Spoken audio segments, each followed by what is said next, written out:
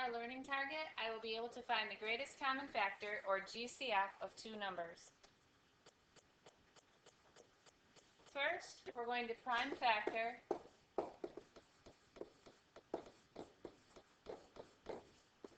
each number. Our most common prime numbers, 2, 3, 5, 7, 11, and 13. Second, we will circle all prime numbers.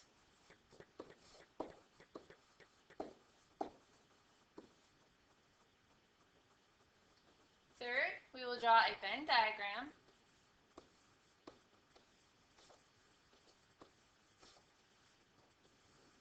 This is a picture of a Venn diagram. And fourth, we will compare prime numbers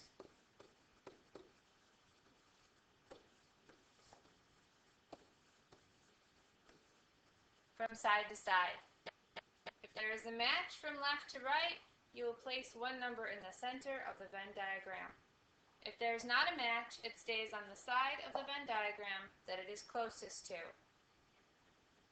The last step, you will find your greatest common factor by multiplying all numbers in the center. If there is only one number in the center, that is your GCF. No numbers in the center means your GCF is 1.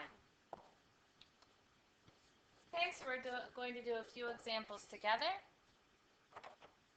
My first example is 45 and 27.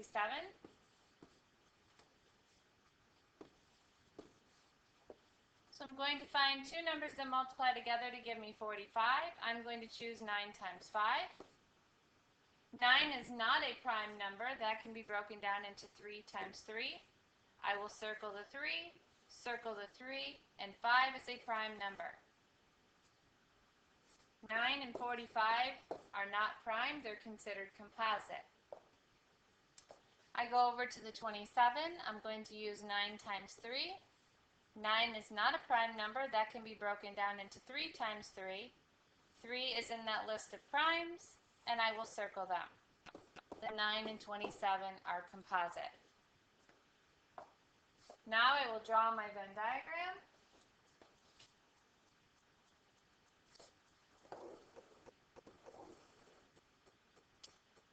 Okay, so there is a 5 on the left.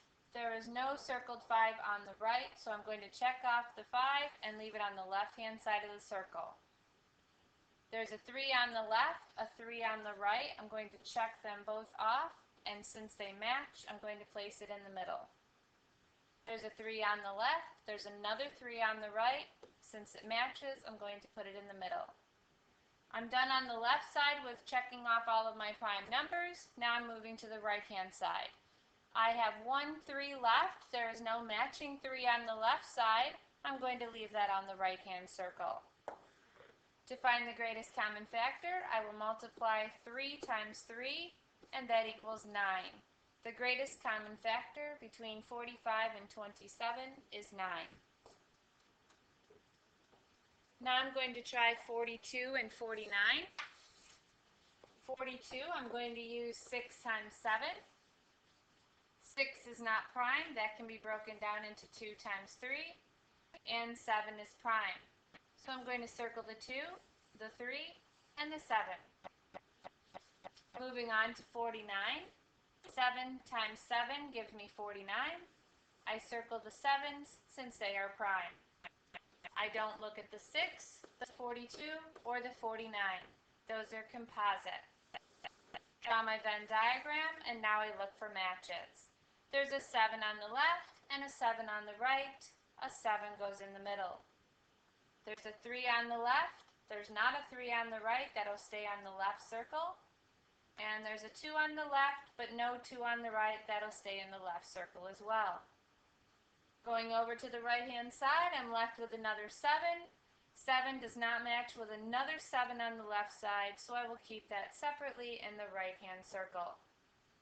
The greatest common factor, since there's only one number in the center, the answer is 7.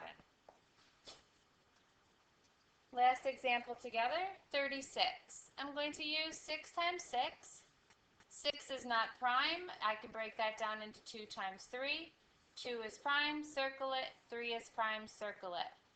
6 is 2 times 3. 2 is prime, 3 is prime. I won't look at the 6's or the 36. 108 can be broken down into 12 times 9. 12 is not prime. I can break that down into 4 times 3. 4 is not prime. 3 is. I keep breaking down the 4 into 2 times 2. 2 is prime. 2 is prime. 9 is not prime. I continue breaking that down into 3 times 3. 3 is prime. I circle them. I will not look back at the 4, the 12, the 9, or the 108. My comparisons and looking for matches always come from the circled prime numbers. So I don't want to get these two lists confused because it's very important to keep things on the left versus the right. So I have a 2 on the left, a 2 on the right, 1 goes in the middle. I have a 3 on the left, a 3 on the right, 1 goes in the middle. I have a 2 on the left, another 2 on the right, 1 goes in the middle. I have a 3 on the left, a 3 on the right, 1 goes in the middle. I'm done with every circled prime number on the left, but I'm left with a 3 on the right. That's going to be by itself on the right-hand circle. Making sure I've checked off everything.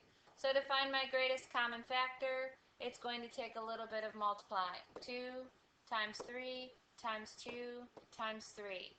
2 times 3 is 6. 6 times 2 is 12. And 12 times 3 is 36. The greatest common factor of 36 and 108 is 36.